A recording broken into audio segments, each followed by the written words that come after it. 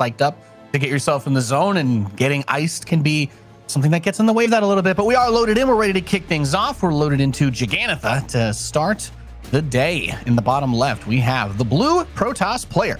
He is PtitDrogo.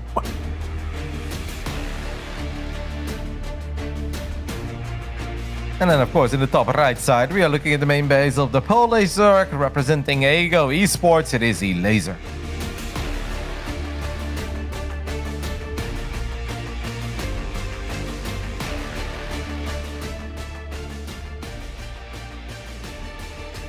We've got that early probe over there being annoying, getting Elazer to take that hatchery somewhere else to start things off. And Kev, I mean, when we talk about PvZ, things that come up a lot, the batteries, right? You know what? That nice game is actually just it gives us a great thing to kind of take off. Some folks are big fans of that very long PvZ late game where you have, what was it, about like 30,000 shield batteries and 15 carriers against 500 corruptors. But Drogo has made it seem like that's not the way that he's going to try to steer all of the games, at least not off of the Void Ray style. So is there a different type of way that we expect him to open these games? Still Oracle, maybe? Yeah.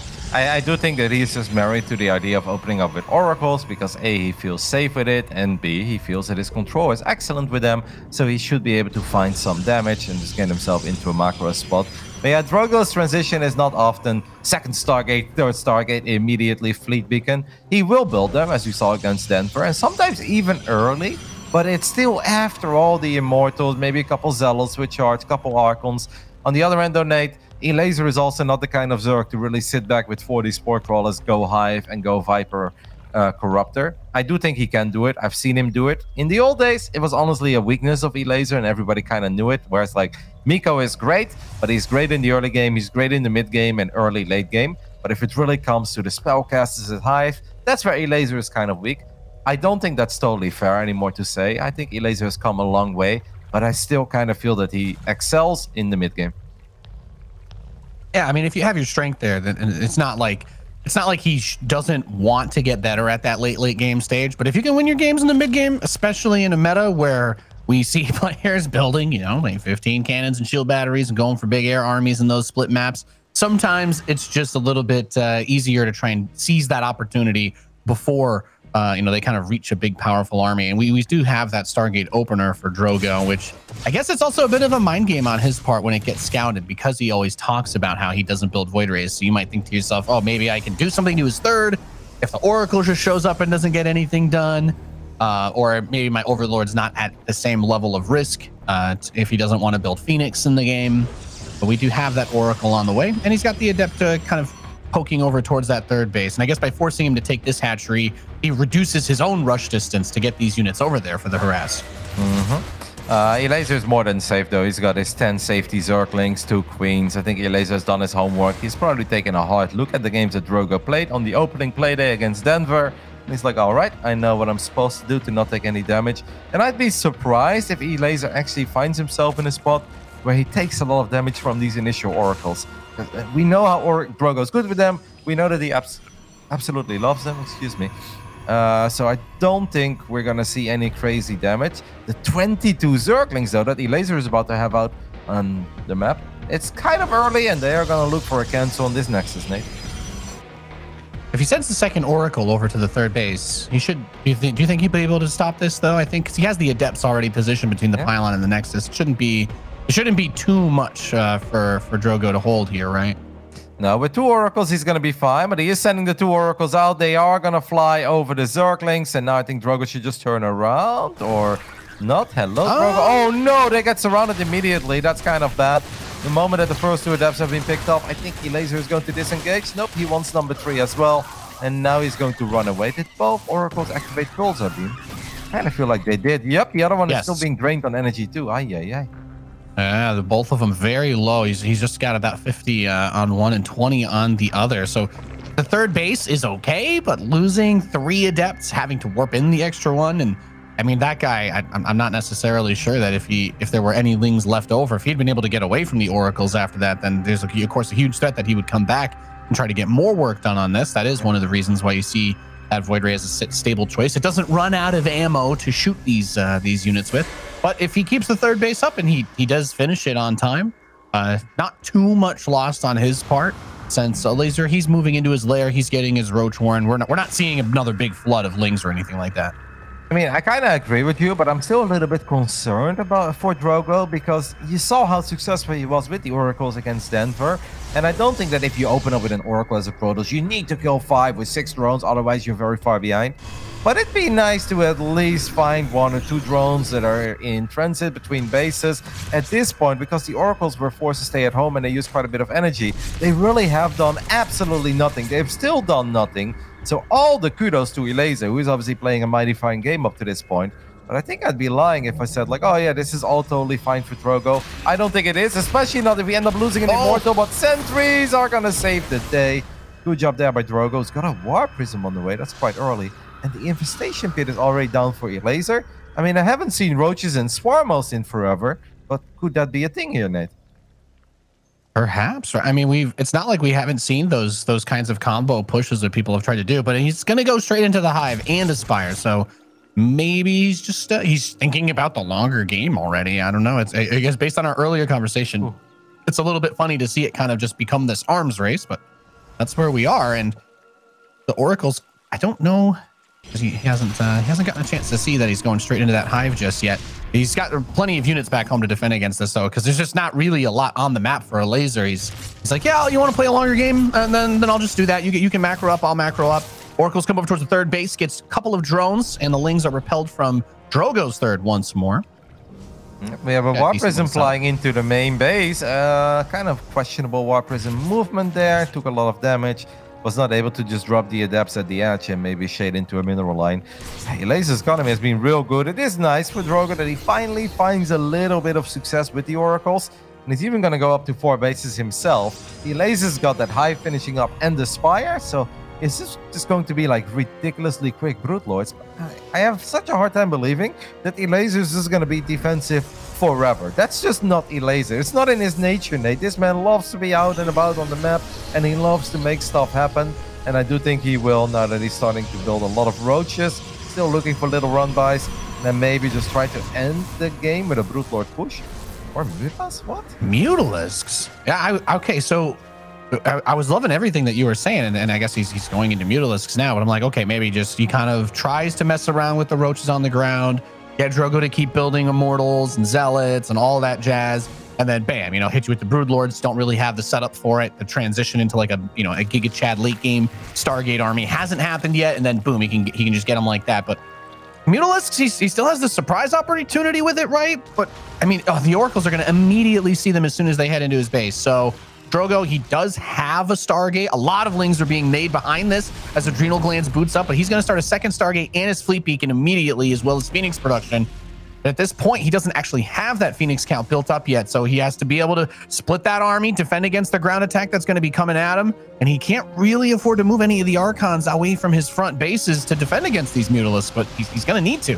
Yeah, I mean, it's not even so much about the Mutas. I think it's a lot more about the Roaches and the Ravagers. One Storm does go down in the heart of the Roach pack, but I think Elazer is going to find some success here regardless. And by the time that Drogo finally has Phoenixes, then I don't think it's about the Mutas anymore. Elazer just made 10 Mutas. He killed the Oracles. He killed the War Prism on the right side. He's forcing out Cannons and Phoenixes. And now he's going to try to win the game with other units. These Mutas still finding some success. Drogo hit a very, very big supply block, by the way, at 133 out of 133. That lasted for quite some time. And I feel because of that, he wasn't able to increase the army size for a little while. Yeah, it's an interesting situation because he's forced the anti-air reaction regardless of whether or not he wants to stick with the Mutalisks long term. So the investment's already being made by Drogo on that part. He's spending a lot of money building those units, and he's spending his attention dealing with the Mutalisks as he gets pushed by the Roach Ravagers on the north side of the 4th base. Again, Force Fields are going to lock a decent chunk of that in. Does still lose 11 probes between the harass from the Mutas in the main and these Roaches.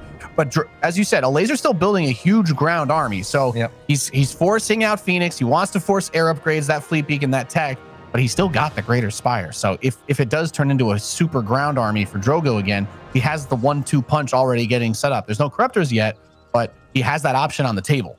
Yep, and don't forget that Elazer is on 5 bases while doing this. Because of the quick hive, the Zerglings are also going to have Adreno glands. They're about to have +1 melee. 19 Banelings are being morphed in. Baneling speed is somewhat close to finishing up too.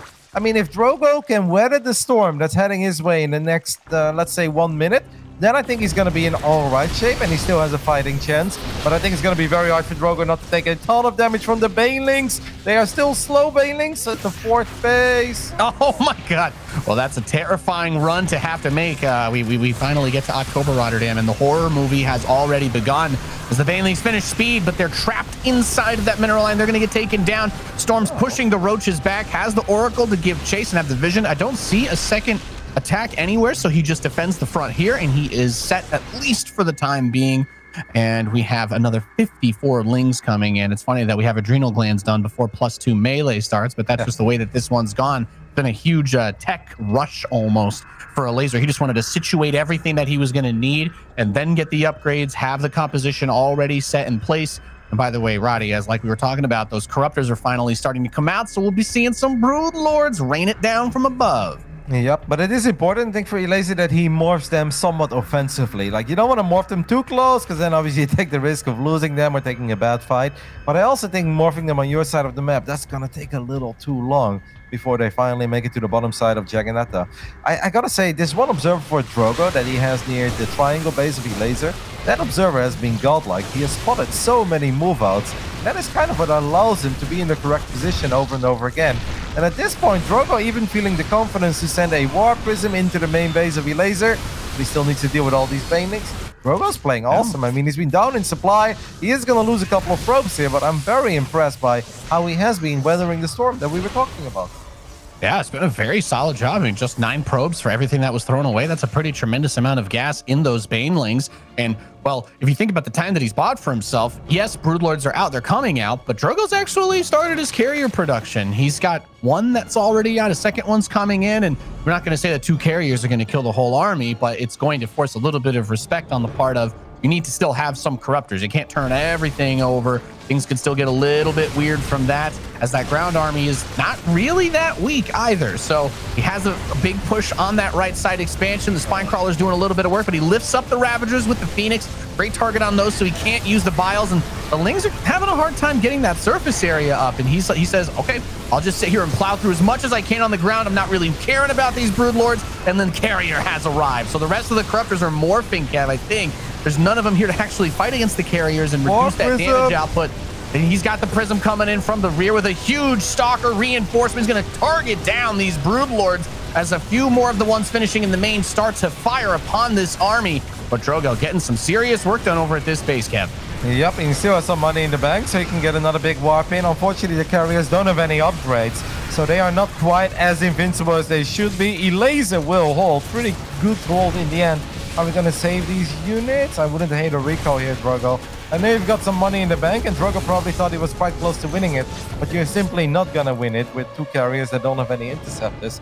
So the game will go on. First, Drogo with a magnificent hold, then Elazer with a pretty damn good hold in the end. It was a bit of an awkward fight. At one point, Elazer's ground army was actually very weak, and I started to get incredibly concerned for him, but he bought enough time to get extra units out and push Drogo back.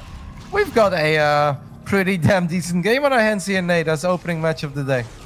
I'd say we do. There is one concern I have, Roddy, and it's that he's still building carriers, which I don't mind that, but he hasn't even started +1 air weapons for them. And Elazer got +1 carapace for his flyer units very early in this game. So these air units are going to be pretty chonky. If he goes too big, he's not going to necessarily have the damage he needs to get through those air units, as the Prism is going to be shut down by the Corruptors in the main base. A bunch of Zealots with an Immortal do some damage, but there's enough Lings and Roaches to mostly deal with it, as a couple of Archons are going to hit that northwest expansion. Yeah, but this is risky by Drogo because he doesn't have a recall anymore. He just recalled those 2 carriers, so I guess he's just okay with losing these Archons. Can he get the juicy shots up on the drones? Yeah, a couple very good shots, actually.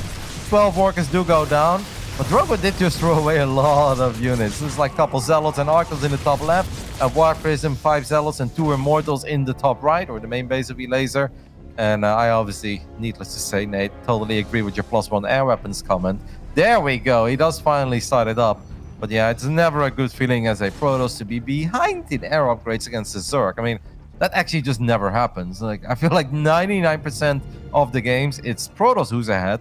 And ideally, you want to be even 2 upgrades ahead. But the Zerg being ahead in air upgrades, yeah, that's very, very rare. It's an unusual situation, and he's going to get a couple of Void Rays, but I think the biggest question mark, like you were saying, he didn't have a recall for the Archons, and I don't necessarily hate the idea of, like, you know, throw a couple units at you here, buy a little bit of time, but Drogo didn't really have the bank or the supply to necessarily give that up. But since Elazer, he's not moved out yet, and I don't know that the opportunity to punish Drogo is really there. He's going to move out again anyway, though. Yeah, why is Drogo so aggressive? I don't get it. He's actually behind in bases, he's behind in army supply, he's behind in upgrades. I mean, maybe he felt he got really close to victory in that triangle base, and he kind of was, to be fair. If there was a slightly better spot to blink underneath those Broodlords, maybe he would have just won the game there. He is, I guess, kind of pulling Elazer apart with some run-bys, and since he's not committing with his army on the left, I actually kind of like it, and now the next time he moves out, he should have. So maybe that was a bit of a bluff, and if it was, well, he definitely got me. I fell for it because I'm like, Drogo, go home. And he did. He's trying to scare him a little bit. I mean, it's just the anti-air is he's got 2 Vipers, 6 Queens, and 12 Corruptors. Of course, the ground units have +2 Carapace, so those attack upgrades for the carriers, I feel like in this situation, you might as well just grind it out and try to power out those upgrades a little bit more, because taking this kind of fight with that disadvantage like we were talking about is going to be really scary. And he's just moving out again. This army is not that big. This isn't like, oh, I can just roll you and kill everything with this. One or two fungals on this can turn things around quickly. Yeah, but what it does do is it opened the doors for the Zealots in the top left side. And Elazer sees that big army and he's like, oh no, I'm going to have to fight this big army. And because of that, these Zealots are finding a little more success than they otherwise would have. Like, I hated it at first, but as long as Drogo doesn't actually commit, then I think whatever he's doing is absolutely brilliant. He should definitely start +2 air weapons immediately, though. But I don't want to talk about it all the time, because then Lambo slides in my DMs again and he makes fun of me. And I can't be having that, Nate. But yes, guys, he needs to in DMs and compliment you, Kev. It's okay. I got you. I love you. Well, we do need to make sure that we don't fall too far behind in upgrades, because carriers are great. But against Zergs that are 1 or even 2 upgrades ahead, yeah, the carriers are going to feel very, very underwhelming. Well, don't worry. We're going deep into the carrier territory this game, Roddy, because that 3rd Stargate's coming in. +2 is on the way. And that's important because +2 Flyer Carapace is coming in for Elazer. So he's thinking about the distance that this game could go. The Zealot Harass has been pretty nice, though. If there's one thing I can definitely compliment big time for Drogo, it's that he went straight for those upgrades on the Zealots very early throughout this game. He's had the ground upgrades. The Zealots have been able to trade against the Lings decently enough. And obviously, since the Lings only have +2, he's still able to get that big damage in. So we have more harass coming into this southeast base while the Prism heads for the main. And there's not really anything here to defend the tech from potentially being targeted down by a few of these Zealots. Nope, and you don't want to lose your hive, because if you lose your hive, that means no more Vipers for a while. And Vipers are, of course, very important against both Void Rays and carriers. I gotta say, I really like what Drogo has been doing. 7-8 minutes ago, this game looked really bad, and he was close to winning, but it's like, all right, you're probably still gonna lose, because Elazer is very rich. But now you look at the lack of creep, and you just know that Drogo has done a great job in pushing that back. Drogo is catching up in upgrades. He is chrono boosting the hell out of +2 air weapons. Yeah, I'm starting to feel it a little bit more and more. This, I think, in the end, will come down to a battle of the spellcasters. Always keep your eyes on the High Templars versus the Vipers and the Infestors, but honestly, mostly the Vipers, because Infestors alone won't win this game for Elazer. The Vipers, though, they absolutely can. Yeah, being able to pick apart that big Protoss air army, pull one carrier in at a time instead of fighting against, you know, all 60 interceptors at once. You know, you would much prefer to be able to isolate those units and just try to bring them down as quickly as you can. And I think one other interesting point of note is that the other thing that's been really nice for Drogo is throughout all that harass that he's been doing and everything we've been talking about for the last 5 minutes, Elazer hasn't really been able to get over to his side of the map and try to strike back. I mean, those Lings running into the wall behind in front of that Immortal, it's one of the first times that we've seen that in quite a while. He was able to get that left side base situated relatively easily. The southeast base got nibbled on, but it wasn't really attacked. You could say it only killed like 300 shields on it. It was just a few Lings. So Elazer kind of needs to find those opportunities to give himself the time that he wants, because Drogo's he's maxing out now on a full Sky Toss army. And once he starts chewing away probes or some of his, less necessary supply, that's when things can get really scary for for the Zerg. A couple of Zerglings finding some success in the bottom right, while Banelings try to get lucky on the left side. Seems like Drogo handled with both in a pretty decent manner. Like, one of the things I'm very worried about for Elazer is that these kinds of games, I feel like you often see the Zerg have a bank of 5k, 5k, and then you know that if they even have a big fight, and even if Drogo does do a good job, then he still has to worry about the remax of those 25 extra Corruptors. Elazer doesn't have that bank, and to be honest, I don't really see him getting that bank anytime soon, because the only base that he's going to have actually a lot of income from is going to be, I guess, the latest one that he's taking now with the Sport Palace. Exactly this one. But all the other bases have already some mineral patches that are being mined out.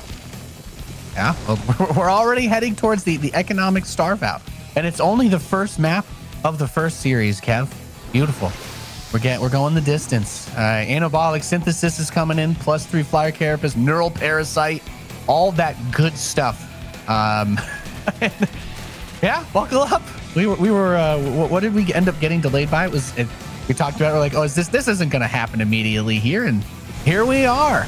It's beautiful. Yeah. And between two players that you just really don't expect it to happen either. Drogo likes to be aggressive. Elazer normally is a hyper-aggressive Zerg, and to be fair to Elazer, he did try to end it. And to be fair to Drogo, he also tried to end it. Just neither of them succeeded. Touche. That's, well, right here was where it potentially could have ended. What, 10 minutes ago almost, it feels like now. As the Broodlords are going to reposition, of course, they want to zone away the High Templars so that the Vipers can do their abduct. The Corruptors can focus and isolate those carriers. And obviously, if anything gets a little too close, the Infestor has the Neural Parasite, which is going to finish, but also Microbial Shroud to cover any ground units, such as the Infestors, the Queens, if they make their way over. And I think Drogo was just trying to get a little bit of a ground push on that left side, but there's Ultralisks and quite a few Zerglings that are just kind of saying, yeah, no, you're not going to be able to split your army up and rip me to death, like you have been for the last couple of minutes. Drogo's been, well, he's just going to build more cannons and batteries and make sure that he also can't be attacked. Yeah, they're like, all right, if we had to wait 34 minutes before we could start our first game, we're going to make damn sure we enjoy the hell out of a time on the mainstream. And, well, the boys are getting nice and comfy. Elazer still really does not have a mineral bank. So if these armies would actually clash and Drogo wins the fight, he straight up wins the game because Elazer's got no money to remax. But can Drogo ever win the fight if Elazer just stays on creep and stays near the, at the moment, 30 spore crawlers that he has out on the map? Yeah, those are rookie numbers. You got to pump those numbers up, Kev. I don't know, man. That's have a day for me. I'd be quite satisfied if I was a Zerg and I know that I have 30 spore crawlers in my opening match of the season. You know, take a bow, Nate. Take a bow. Good times here at the DreamHack Masters. Well, he's getting the mothership. We're seeing the uber late game army completely rounded out by Drogo.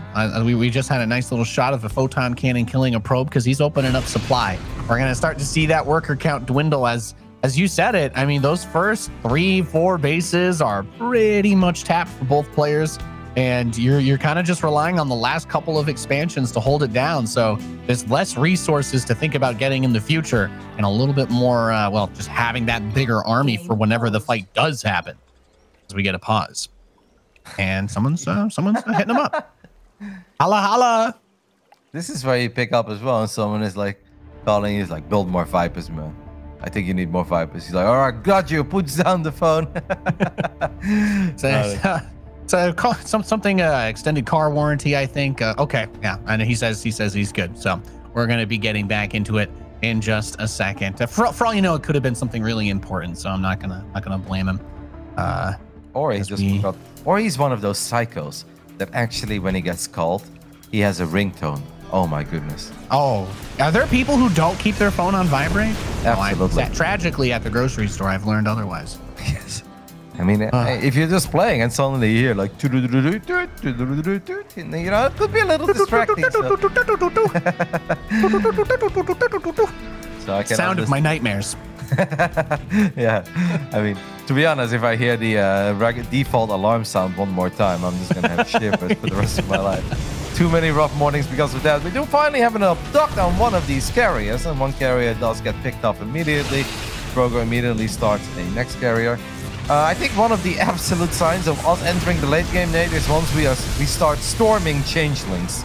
Okay. Yes. we've reached I Can Storm Changeling level of late game for PtitDrogo. And as you were talking about earlier with regards to the banks, Drogo's got a lot of money. So I think as far as bleeding out a little bit of his army, you know, just let a little out. You open some supply, maybe get a little close to that Fist of Neeb that the legends tell of, as he's going to move this big air army to the northeast. Says, okay, you're attacking me, I am now going to push the opposite direction. And a lot of that tech and infrastructure, I think, is still I don't know if Elazer has built copies of it anywhere, but that's something I would be mindful of with you know, the air threat being near his base if he tries to like snipe the hive and recall. I'm actually kind of sad that Drogo decided to run back there, and it's just like, all right, eye for an eye, because that wasn't even a really good eye, you know. Drogo's eye almost stopped working. Excuse me, Elazer's eye almost stopped working anyway. There were no resources left in that base. So Drogo, he did take out some static defenses. That's nice, but the base he killed was useless. While the base he lost in the bottom left side, actually a lot of resources still to be gathered from that side. So I didn't really love that trade. But I also felt that his army was strong enough to keep going with all the Brood Lords and Queens in the bottom left side. I kind of wish they would have just went for it. Yeah, I agree. I guess if there's anything to take away, at least he can pull some of the ground forces back over towards the main spawning pool. Maybe it's like an okay grab, but maybe if he gets an Ultralisk here, I guess that could be more value than that. But the rest of the Lings are going to come over and clean that up too. It's 29 Corruptors, so...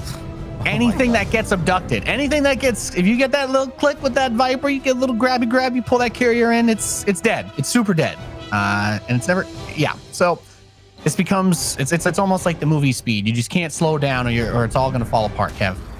If you wonder why I just said, oh my God, I should say, oh my gosh, I apologize, but casual mothership just died on the left side. I don't even know if it got abducted. I have the feeling it was just kind of lost, and I think it was looking for a purpose in life, and it just flew into his Zerg army and it died. And Drogo's like, all right, cool. I guess I'll make another one. We did have one feedback there. Second feedback goes off, but we do get one more abduct. So that's another carrier down the drain. And the Elazer is finding a little bit of success with Ultras and Zerglings too at one of the races of Drogo. Let's find out. But yeah, we are entering now almost minute 30. And still absolutely impossible to say who's going to win it, because it just comes down to no end in army better. We've got an Oracle with full energy shooting an Ultralisk, and I do know, thanks to a meme video from ancient times, there's only one thing that a full energy Oracle with infinite time that can't kill, and that's a full health hive. So theoretically he could get that Ultralisk if it sat there for another 7 minutes, but it didn't. It did not. He's rebuilding that mothership, but he's trying to take the base outside of the main too. That's a little bit adventurous of Drogo. Not a whole lot of money left to be fought for in this game. Yeah, it's the base that he just tried to take on the top right side that nobody has really mined from. But a couple of Zerglings just killed the Nexus, and there wasn't even a cancel. Now Drogo should be careful though, because he was rich and he's honestly not that rich anymore. His army has not even necessarily gotten a whole lot better. What I also think is somewhat funny, Nate, and unless I'm mistaken, no I'm not, is that Drogo never decided to get Flux Veins. Now this could be seen as a mistake, but it could also be on purpose. That maybe Drogo just thinks if he gets Flux Veins, the Void Rays, they are too fast, they fly ahead of his army, and he prefers them to be slower or something. I have no idea, but yeah, no Flux Veins for a guy with 10 Void Rays this late into the game is something worth mentioning. Yeah, it has to be. I think you've got it, Kev. I think he just doesn't want them to go too far ahead of the rest of his army, since he wants to keep it all together. It's an interesting thing where it's like, okay, I don't want to risk them going too far in front of everything else. Here's a huge fight coming down. Those Spore Callers trying to reposition Microbial Shroud over the Queens. Broodlord's tucked back, and he's just content to just kind of trade out a little bit here. They're both still kind of avoiding the fight, even though he's very deep inside of Elazer's base. But as he continues to inch his way forward, I guess as long as the Infestors are given this cover, but that's where the Storm comes into play.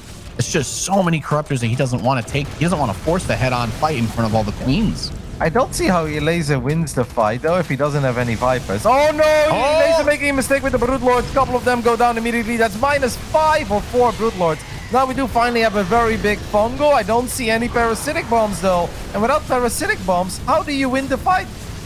He still has 87 Interceptors. The Corruptors need to come in and target fire the individual carriers. He's going to pick one of them off. Still 26 Corruptors there. And I mean, conversely, you need the Void Rays focusing those guys down. It's just going below that 10 carrier count. I think still has a decent amount of his forces, though. Yeah, the Void Rays, nothing actually killed the Void Rays, so they've been working that Corruptor count down very nicely. Only 10 left, and well, he's going to start rebuilding them, but that was like a 1 minute battle almost, and Drogo still has 60 interceptors. That normally doesn't happen because once you spam Parasitic Bomb, that's what kills the interceptors. And obviously carriers without interceptors are kind of useless. Does Elazer have Neural Parasite? He does. Drogo has a couple of observers with his army though. I mean, that fight, honestly, I think it went very well for Drogo. He needs to make sure that he doesn't lose the infestors. Elazer that is, but he's going to lose 2 of them immediately. Now we finally have a Parasitic Bomb, but this one is not in the middle of a battle, so it's a little bit of a waste as well, if you ask me. I think Drogo just wins this game, Nate. Yeah, he's killed so many of the Corruptors as they've been coming out, and this army had a pretty good fight with the full brunt of Elazer's force, but it's not. I don't know that he's going to be able to get back up to that 30+ Corruptor count here, and the tech, again, is still very exposed. I was looking at that counterattack that Elazer did where he completely cleared out the main natural and third of Drogo earlier, but I was like, I felt like this opportunity was always something that he should have been trying to get to, since not every Zerg player will think to just rebuild their tech on the peripheral expansions in the late game for when this happens. But he's just now restarted. He's just now building another spire on that northwest expansion that still has some resources on it. 1 Viper, Nate. He lost the Hive, and he's got 1 Viper. I mean, we saw how that previous fight went. I don't think I've ever seen a fight that lasted that long, and all the carriers still literally have 100% of their interceptors. That just doesn't happen. I gotta say, at one point, Drogo did a really good job in making sure that he didn't shoot at Queens that were obviously being protected by that beautiful orange shroud. He made damn sure to go for the Corruptors. That's the way you want to control your Protoss units. But I think Elazer just really dropped the ball on Viper control. He didn't have enough of them, first of all, and then whatever he did with the energy wasn't good enough, because you just can't let that many carriers stay around for that long and be full of interceptors. It just doesn't happen normally. No, and it's something else worth pointing out. Whoa, don't kill your own carrier. That would be very, very not good. He's going to catch these Spore Crawlers trying to reposition by the army over here. Microbial Shroud going down over the Queens. There's a lot of infestors with this force. Gets a couple fungals on the Void Rays. I mean, the fungals themselves not really what's going to deal the damage, but he is trying to get him to stay over here and take these fights. Oh, no. But he's just kind of trading out some of the infestors for a little bit of Void Ray health. More Void Rays coming in to reinforce. There's the Prismatic Alignment on the Corruptors, shoving those bad boys back. 18 of them left versus 8 Void Rays and 8 carriers up the front. The Ultralisk actually getting in there as a little bit of a casualty. That's going to make defending on the ground nicer down the line. But as he starts to pull back a little bit, I was going to say, as far as the only bases that are left in this game, Drogo did actually mine that one that Elazer has in the bottom left for a decent bit of time. So Elazer doesn't get the full resources of that base, whereas in the northeast, there's still a totally fresh base that just so happens to be right outside the only army, or excuse me, the only bases that Drogo has himself. I gotta say, Drogo did a really good job there in disengaging, running away a little bit from the Spore Crawlers and Queens, and he turned around and he killed like 4 or 5 infestors very quickly. That's nice. Those infestors won't come back anymore. Nightmare Fungo, we still have 1 Viper, and he's gonna go for a double abduct on the carriers. That part went really well for Elazer, but I still believe that the rest of the army of Drogo is just better than the army of Elazer. But that's really hard for Drogo to say, because A, there are Spore Crawlers around, and there are so many Overseers that make it kind of hard to figure out how many Corruptors there really are. But Drogo at this point is like, you know what, I actually think my army is better. No, not having Prismatic Alignment is a little dicey, but I still think he's doing fine, Nate. He forced the fight over the Spore Crawlers, and a lot of the Interceptors went down. So without the Void Rays, it gets a little tough. But I think he's killed enough of the Corruptors at this point. Some of them just finished out of the other expansion. So the total number is not here. I was gonna say he's got like 12 Interceptors to try and kill the rest of these Corruptors with, and the Queens are still alive. That fight over the Spores, they got a lot of Interceptor kills. GG, Elazer takes game number 1 as Drogo's carriers get gassed out. Wow.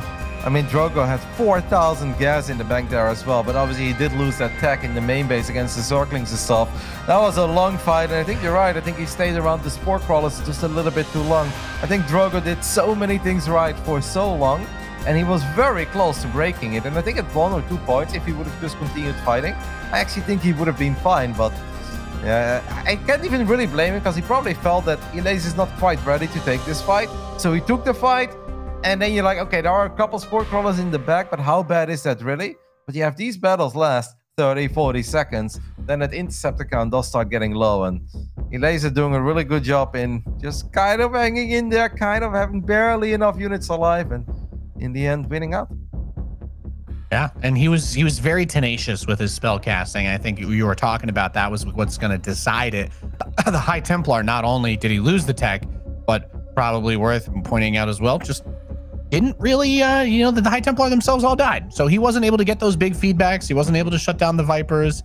And when that tech was getting killed, the only thing that the last tech building he had was the infestation pits. We just got a bunch more infestors and said, gonna make my queens unkillable against your carriers with the microbial shroud and just chip away at your interceptor count until you overextend. And that's what happened. Just a tough fight. Yeah, the replay of it is going on the stream. It's just so many interceptors getting popped by those spore crawlers. Yeah, that probably made the difference. And don't forget about the one Viper that Elazer had. Because I feel like the one Viper with that double abduct on those two carriers, that's what actually forced Drogo to turn around. And he's like, all right, I guess I'll take that fight. Drogo said, damn, that was very close, actually. Well played. I guess he took a look at the replay as well. And he's like, oh my God, you were really broken.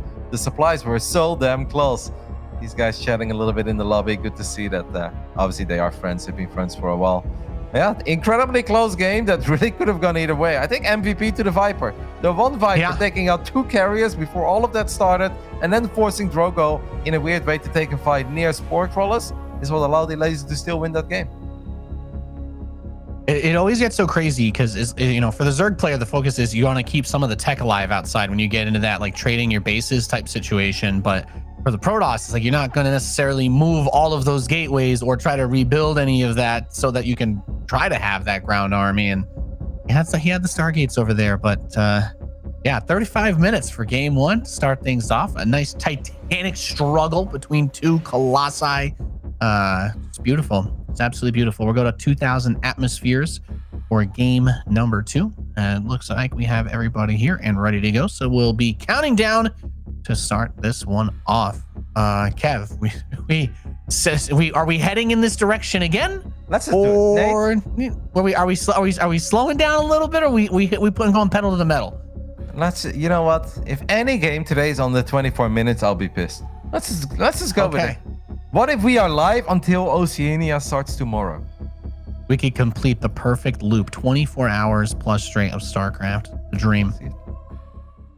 I literally can't imagine anything better than that, Kev. Literally. And we are loaded in. As you can see in the Northeast, we have our Red Zerg player. He is Elazer.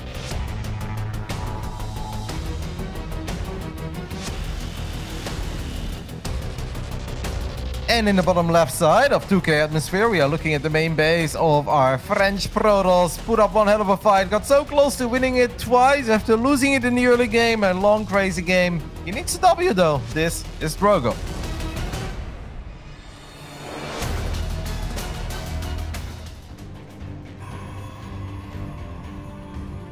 Ooh, yeah. We could just do the same thing again, right? No harm in that, I suppose. Maybe not as it doesn't feel like it's as long of a map, but I guess that potential is still there.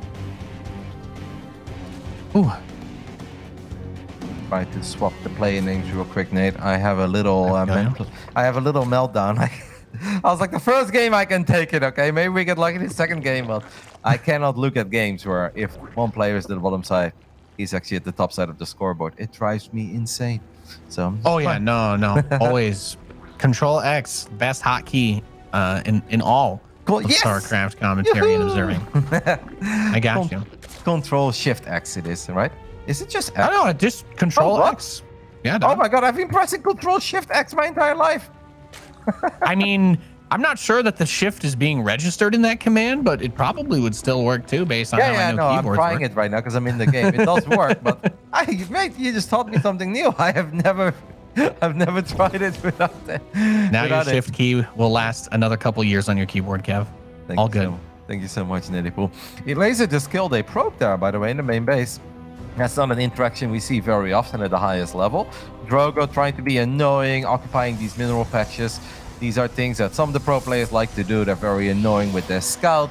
If you ever play against someone on the ladder and you do this, just know that you're dealing with a future professional gamer or an ultra tryhard.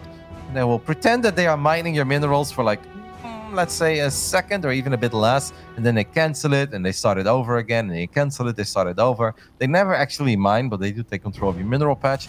But it seems like Elazer was kind of annoyed by the fact that Drogo was doing that. He's like, you know what if I just kill your worker? Not supposed to work, but it worked in this case. So Drogo losing a probe early on, kind of annoying for him.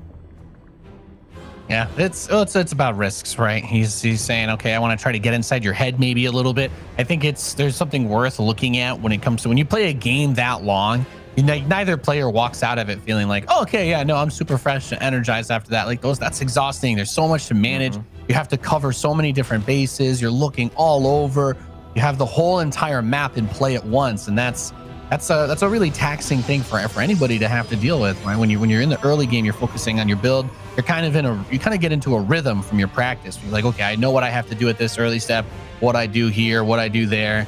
And then once the game gets stretched out to that point, you have to really start to think a lot more about how you want to actually try to close it out. And well, that's how we get into that 35-minute dance. We had the two adepts trying to pick up 1 or 2 drones. Elazer temporarily built an evolution chamber to keep the adepts at bay, and the adepts in the end were not able to find anything. This is obviously something that we could talk about since that last game was so long, and eventually we start talking about air upgrades, high templars, vipers, and all the good stuff. But don't forget that Elazer's early game on Jagannath was almost flawless, right? He barely lost a drone in the first 7 or 8 minutes of the game, got himself very far ahead. Really nothing to complain about, and once more it does feel like Miko's early game is tight. Last game he made 22 links, this time we even have 24 Zerglings out on the map, and with the Oracles going on a bit of a journey, Nate, this can get really bad for Drogo. Yeah, I mean, last game it was this exact scenario, except the Adepts got surrounded a little bit faster, so he'll buy himself more time with the Warpins than he did before, but the Oracles are still so far away. He's gonna have a decent bit of time to nibble away at least the pylon. Don't know that he's gonna get the Nexus, as the Oracles are about to get back. 2 of them with a decent enough energy will be able to route this, but I mean, I'm sure he would have preferred to be able to keep the Oracles in Elazer's face. Yep, I mean, that's the thing, right? This is double damage for Elazer. Not only does he kill a Zalot 3 Adepts and a pylon there, what he also does is that he pulls the Oracles away from his side of the map, so the Oracles are not dealing damage. And by the time that these Oracles are going to look for damage now, Elazer should have a couple of extra Queens, extra Sport Crawlers. Does seem that Drogo was still able to find 3 drones, so, you know, something is better than nothing. But I think once more, I definitely favor the early game from Elazer. It just seems that Miko still is one of the very, very best when it comes to the first 7 minutes of the StarCraft game. Third Oracle at that third base, by the way, to help with the anti-Ling defense force to get that expansion up and running as that Lair and Rochoran come in for Elazer. So I guess what I'm curious about now is, are we going to see him go for that quick infestation pit again from map 1? Or is he going to say, I don't necessarily want to sprint to the late game? At first I wasn't sure if it was like a respect thing, like, okay, I think Drogo, he's got some kind of weird strategies, so maybe I don't want to push him super hard early and throw the game away. But it's straight into Roach speed, and if that Evo chamber doesn't come up, then I'm kind of excited to see what kind of a push he might make, either on that third or maybe when Drogo tries to take an eventual 4th. I'm not sure. Drogo has found 7 drones this game. That's definitely a bit more than he did in the previous one, but Elazer is still being very annoying.